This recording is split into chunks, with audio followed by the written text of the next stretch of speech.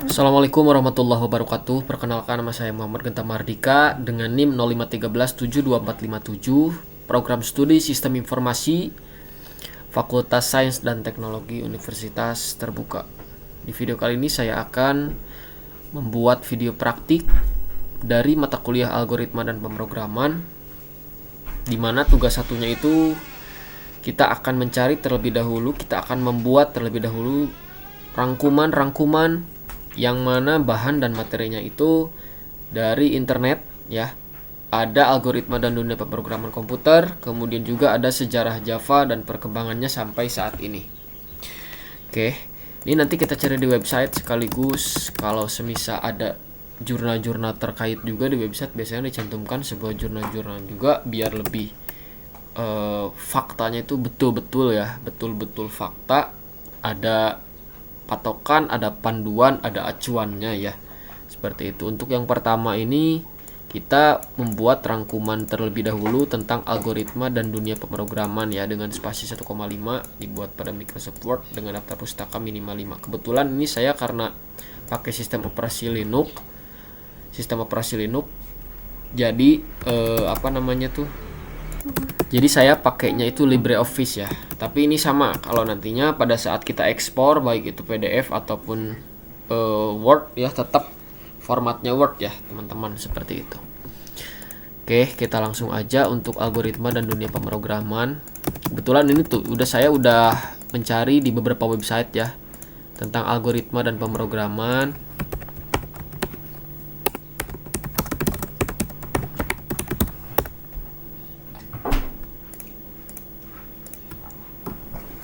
Karena kita disuruhnya itu mencari dari internet ya, dari website ya.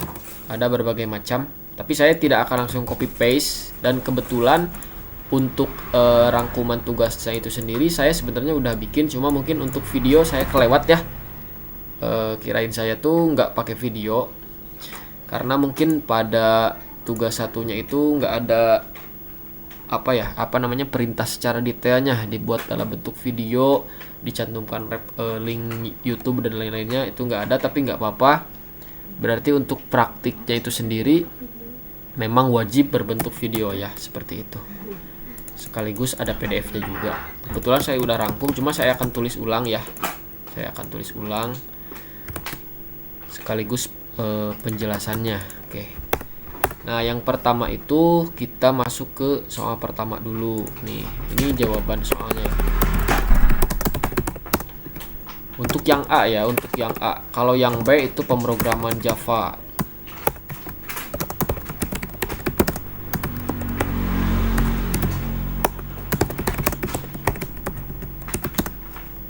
Kata algoritma itu sendiri berasal dari nama ilmuwan ya.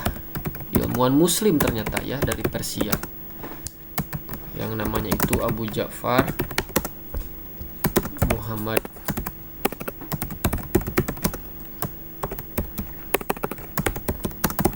Musa Al-Khawarizmi. Wah, Al-Khawarizmi ini terkenal banget dari zaman SMP. Saya udah tahu Al-Khawarizmi ya. Hebat-hebat juga, ilmuwan muslim juga nggak kalah hebat.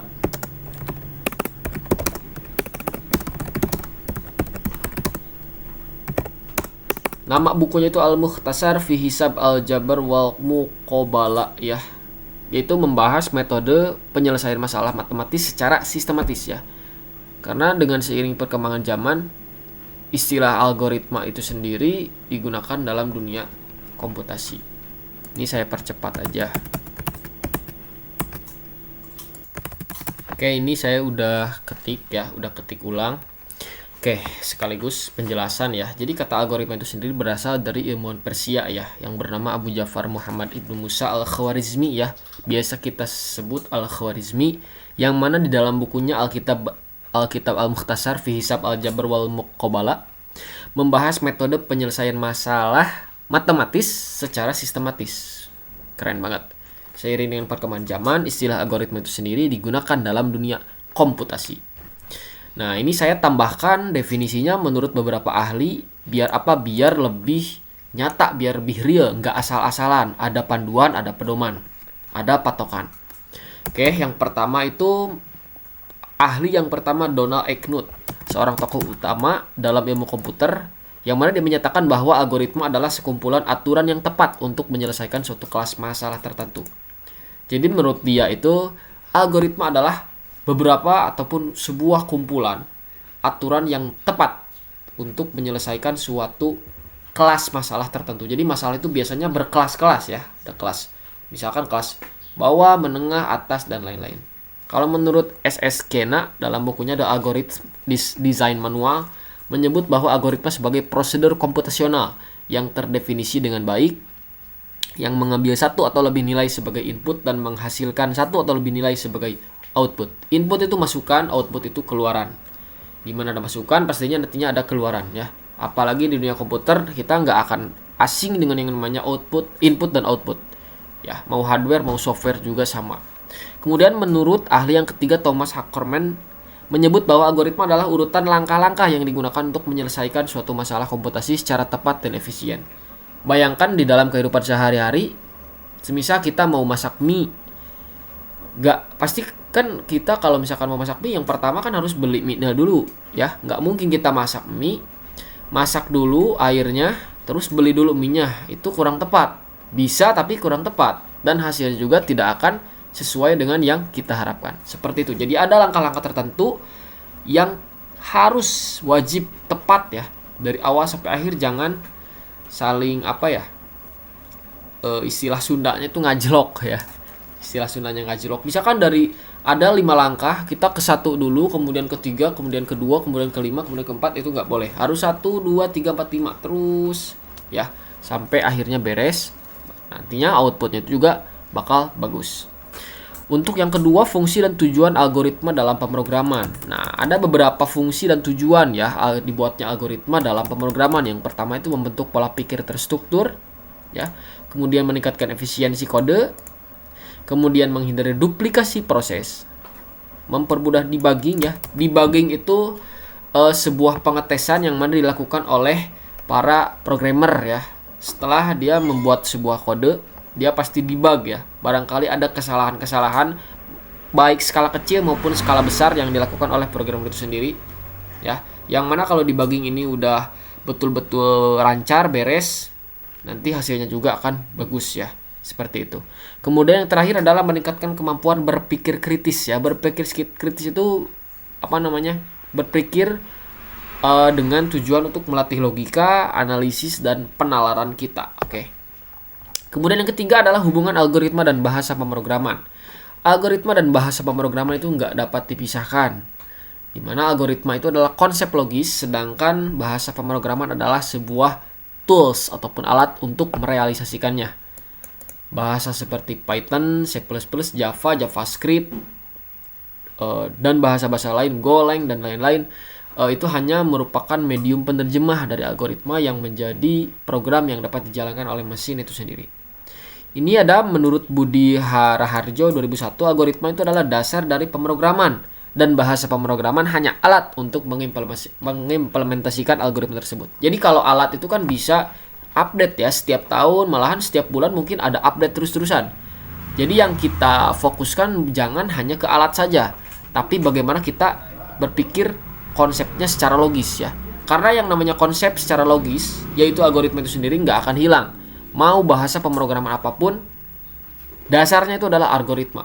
Kalau misalkan kita udah paham algoritmanya, udah bikin flowchart, pseudocode, dan lain-lain, mau bahasa apapun akan masuk dan pastinya mudah.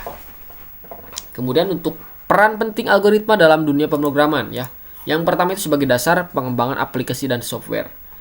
Semua aplikasi, baik web maupun mobile, desktop, menggunakan algoritma untuk memproses data, melakukan perhitungan, dan memberikan output. Misalnya e-commerce ya. E-commerce itu seperti halnya Shopee, Tokopedia, Bukalapak, dan lain-lain. Itu menggunakan algoritma untuk pencarian produk, rekomendasi, perhitungan total belanja. Kalau kita mau check out juga itu ada rumus-rumus tertentu yang nggak asal-asalan. Kalau asal-asalan nanti totalnya juga bakal asal-asalan. Yang mana itu bisa merugikan baik klien maupun pemilik aplikasi tersebut. Yang kedua adalah kecerdasan buatan AI ya, AI dan machine learning ya. Sekarang sangat marak dan keren banget ya, keren banget. Tinggal bagaimana cara kita menggunakannya dengan cerdas ya, dengan cerdas. untuk pengefisienan dan pengefektifan pengefektifan kerja ya, seperti itu. Kalau ada yang memudahkan, kita jangan tolak, kita langsung belajar di sana, tinggal bagaimana cara kita molesnya ya. Oke. Kemudian juga ada pengolahan data dan big data. Nah, big data ini selalu kita kaitkan dengan sebuah salah satu pekerjaan, yaitu data science ya. Oke.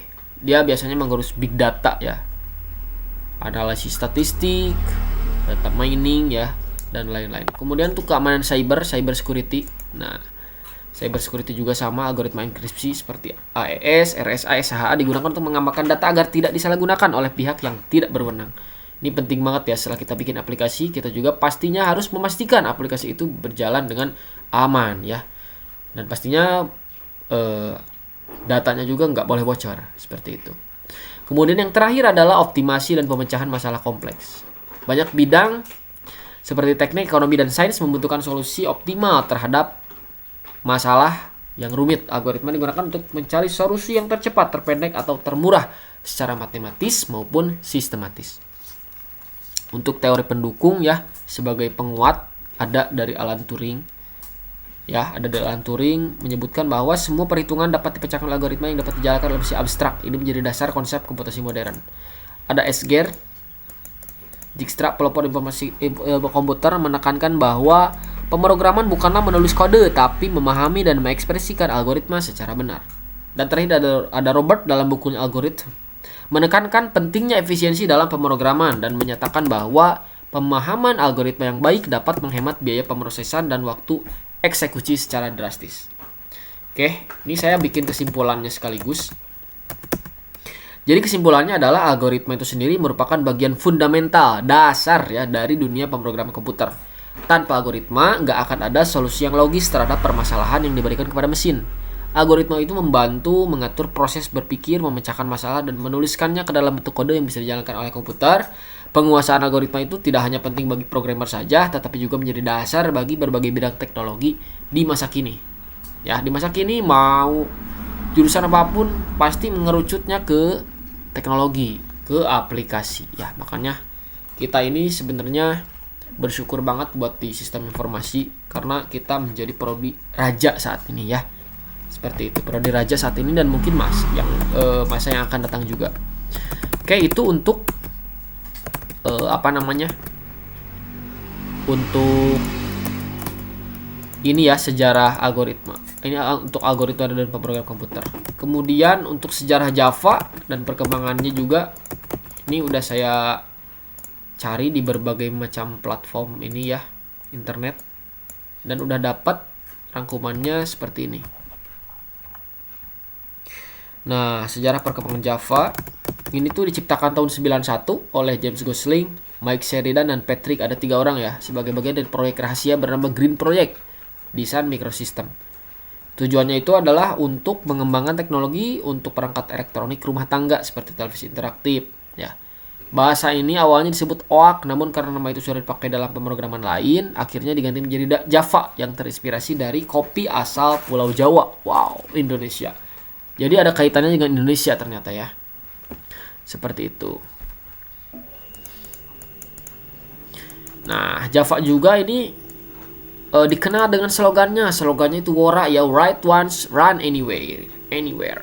Yang berarti kode Java dapat dijalankan di berbagai platform tanpa dikompilasi ulang. Kemudian juga asalkan tersedia Java Virtual Machine JVM ya di platform tersebut. Oke, perkembangan Java, wah keren banget dari tahun 96 ya. Dimulai dari rilis Java 1.0 versi awal sampai ke 2025 ya. Ini terakhir ini LTS.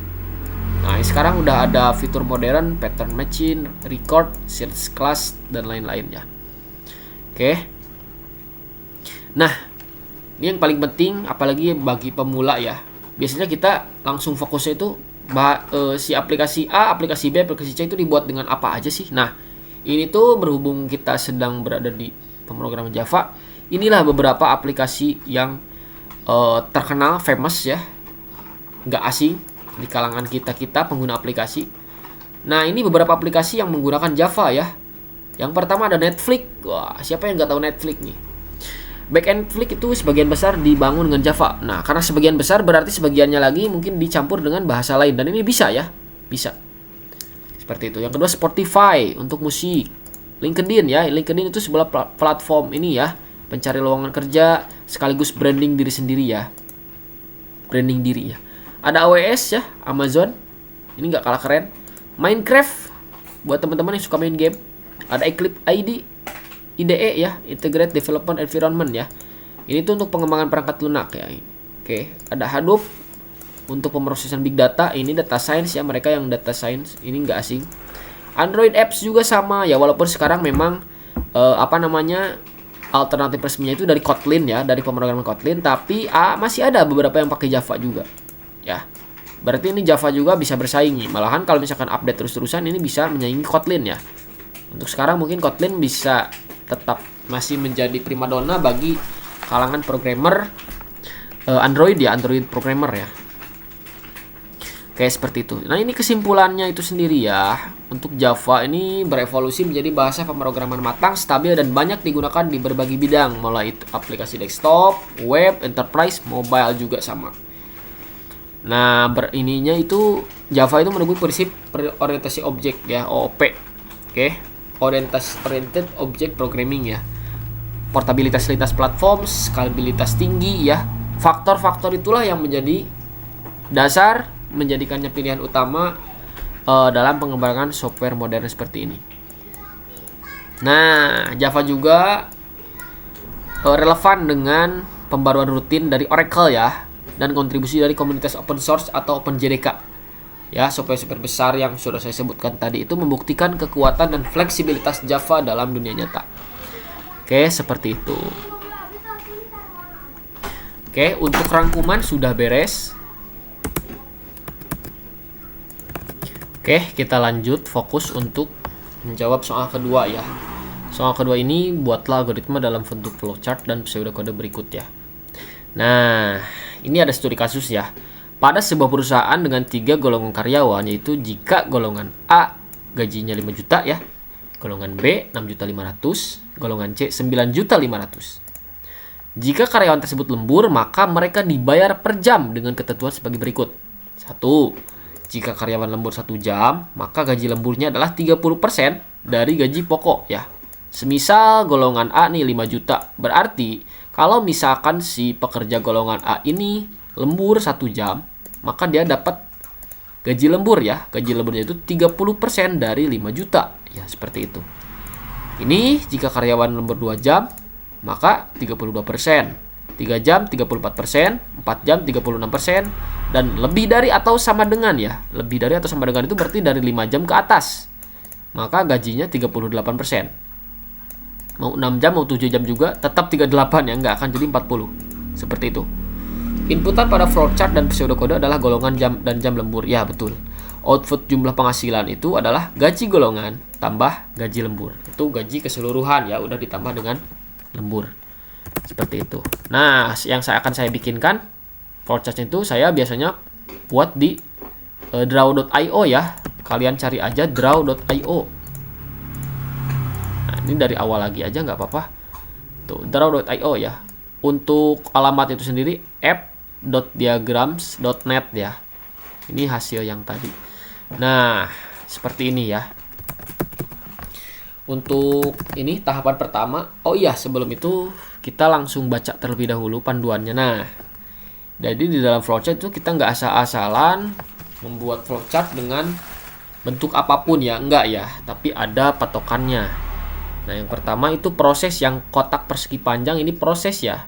Persegi panjang flowchart menunjukkan langkah aliran proses yang normal pada sebuah sistem. Nah, untuk yang kedua ini konektor lingkaran dengan label flowchart menunjukkan hanya lompatan dalam aliran proses. Yang ketiga terminator. Nah, ini nggak asing ya, karena ini awalan ini pada saat kita bikin flowchart biasanya mulai sama nanti akhirnya itu selesai ya. Biasanya pakai ini terminator ya. Tuh. Simbol berbentuk oval yang terdapat dalam flowchart menunjukkan bagian awal dan akhir tuh, betul kan? Kemudian decision juga. Nah, decision juga sebuah ini ya, percabangan pada situasi yang berbeda di dalam aliran proses. Alir proses. Ada data. Nah, ini data biasanya dipakai untuk input dan output ya. Ada flow juga, ini garis menunjukkan arah alur dalam prosedur atau sistem. Anak panah selalu diletakkan di antara satu simbol dan simbol lainnya. Oke, betul. Off page connector. Nah, simbol-simbol ini menjadi penghubung ya, konektor alur pada halaman yang berbeda. Dan terakhir, simbol yang menghubungkan alur pada halaman yang sama. Ini hampir sama dengan ini ya. Hampir sama. Oke, seperti itu untuk patokannya. Nah, oke, kita langsung aja buat di sini. Ya, mengacu pada studi kasus ini. Langsung aja ya dibuat simple. Ini kita mulai dulu aja guys. Tuh, ini bisa, harusnya bisa jadi gede nih. Tuh, aman ya. Yang pertama di start. Kemudian yang kedua, kita inputkan sebuah golongan dengan ini nih. Input golongan. Kemudian selain input golongan, kita input juga jam lemburnya ya.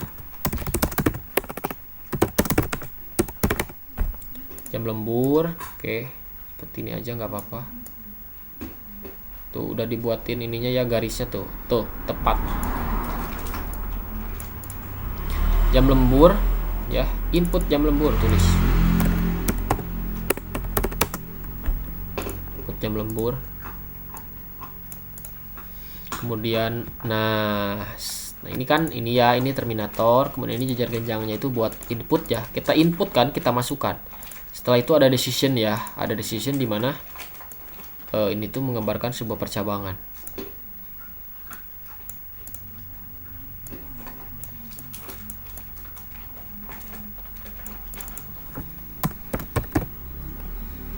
Apakah golongan ini adalah golongan A?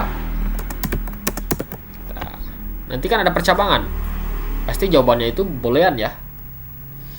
Entah itu ya atau tidak, true or false. Oke, seperti itu. Kita nggak asing yang namanya dengan true false. Wajib tahu guys. Nah, seperti ini. Kalau semisal ya, kalau misalkan ya, berarti nanti ke sini ya. Kalau semisal ya, sebentar, aduh ini ada garis.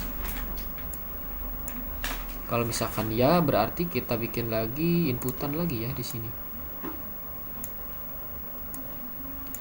Nah, kalau misalkan golongan A, nah tadi kan pada saat di sini tuh disebutkan ya, disebutkan kalau misalkan golongan A itu dapat 5 juta. Kita tulis gaji 5 juta. Gaji pokok 5 juta.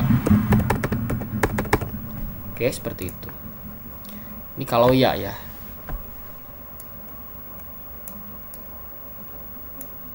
Nanti kita beri garis ya. Ini kagok. Gaji 5 juta. Kalau misalkan ya, kalau misalkan tidak berarti kita masuk ke golongan B. Ya, seperti itu ya simpelnya. Nah, kita masuk ke golongan B.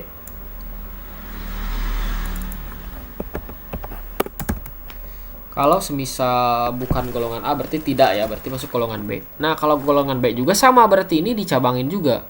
Kalau golongan B berarti gajinya itu berapa tadi?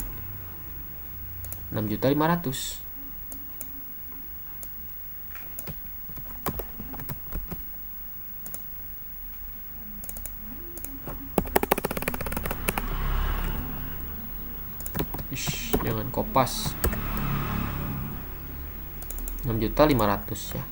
Saya percepat aja biar nggak lama. Oke, alhamdulillah saya udah beres membuat flowchart, tinggal kita beri warna aja. Oke, yang pertama untuk terminator, ini kita beri warna hijau aja ya. Kita beri warna hijau khusus untuk terminator. Nah, untuk input output ya berupa jajar genjang, kita bisa beri warna biru ya. Boleh biru. Kita bisa beri warna biru untuk jajar genjang. Untuk belah ketupat alias decision, kita beri warna orange. Orange ya. Jingga. Oke. Untuk proses, untuk data ya, terakhir ini kita beri warna abu aja. Abu aja. Nah, udah ya. Untuk penjelasannya seperti ini. Nah, pertama kita pasti mulai dengan start dulu. Nah, yang pertama kita inputkan golongannya, apakah golongan A, B atau C. Kemudian kita inputkan jam lemburnya berapa, entah itu 1 jam, 2 jam, 3 jam, 4 jam, atau 5 jam atau lebih ya. Kemudian nanti di sini ada decision, sebuah percabangan. Kalau misalkan golongan A, apakah ini golongan A yang diinputkan pada ini tuh misalkan ya. Kalau iya berarti gaji pokoknya 5 juta. Ya. Kemudian oke, lanjut dulu ke B nih. Kalau misalkan no alias tidak bukan golongan A, berarti ada kemungkinan golongan lain. Contoh golongan B. Habis A kan B ya. Nah, kalau misalkan golongan B ya, maka gaji pokok 6,5 juta. 6.500.000. Kalau misalkan bukan golongan B, ada kemungkinan golongan C. Kalau golongan C, kalau misalkan iya, gaji pokoknya 9.500.000. Kalau bukan golongan C, berarti golongannya tidak valid. Karena golongan yang ada pada soal itu hanya 3. Golongan A, B, dan C. Tidak valid. Kalau udah tidak valid, langsung aja N. Seperti ini ya. Oke, kita lanjut di sini nih.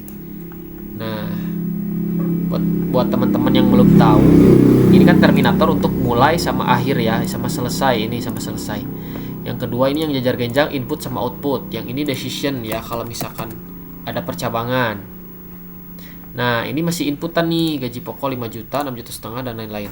Kalau misalkan gaji pokoknya 5 juta, kemudian kita langsung hitung aja persentase lemburnya berapa. Nah, hitung persentase lembur ini berupa persegi panjang, di mana persegi panjang ini menunjukkan langkah aliran proses yang normal pada sebuah sistem. Ini sebuah proses ya. Jadi menghitungkan itu hitung sebuah proses. Ada proses-proses di dalamnya yang dijalankan. Sehingga nanti ada hasilnya di sini. Nah, jam lemburnya pakai decision. Kalau misalkan 1 jam, maka persentase 30. Ya.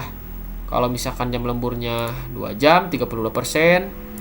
3 jam 34%, 4 jam 36%, lebih dari sama dengan 5 jam 38%.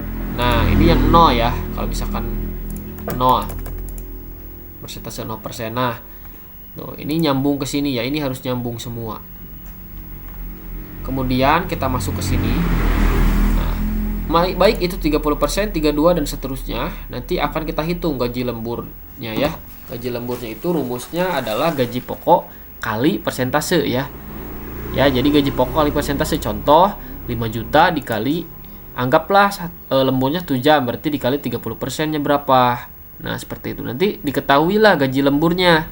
Setelah itu kita hitung total penghasilan sama dengan gaji pokok tambah gaji lembur ya. Gaji pokok yang tadi udah jelas 5 juta misalkan untuk golongan A. Nah, gaji lemburnya itu hasil perkalian yang ini, gaji lembur tinggal ditambahkan. Nanti muncul output di sini. Ya, ini jajar genjang berarti output. Kemudian terakhir N ya, karena udah selesai nih, udah kelihatan. Udah tahu hasilnya ya, output total penghasilannya. Seperti itu, sesimpel ini, semudah ini ya. Dan seharusnya flowchart ini memudahkan ya, bukan mempersulit ya. Teman-teman seperti itu. Makanya kalau misalkan bikin flowchart ternyata flowchartnya menyulitkan, itu berarti ada masalah tuh di flowchartnya. Belum simple ya. Tuh, ini udah cukup simple banget. Seperti ini. Nah, nanti tinggal kita ekspor aja. Gampang, mau via PNG atau apa boleh. Kita klik file, kita ekspor PNG, JPG boleh ya. Nah, tapi saran saya kalau misalkan mau bagus hasilnya, ini tuh warnanya diganti dulu ke hitam ya. Tinggal teman-teman ganti aja ke hitam. Oke, seperti itu. Ini berhubung masih praktek, jadi langsung aja kita ekspor aja, nggak apa-apa biar cepet. Ekspor, namanya apa? Anggaplah ini flowchart ini ya, flowchart tugas, anggaplah gini. Save.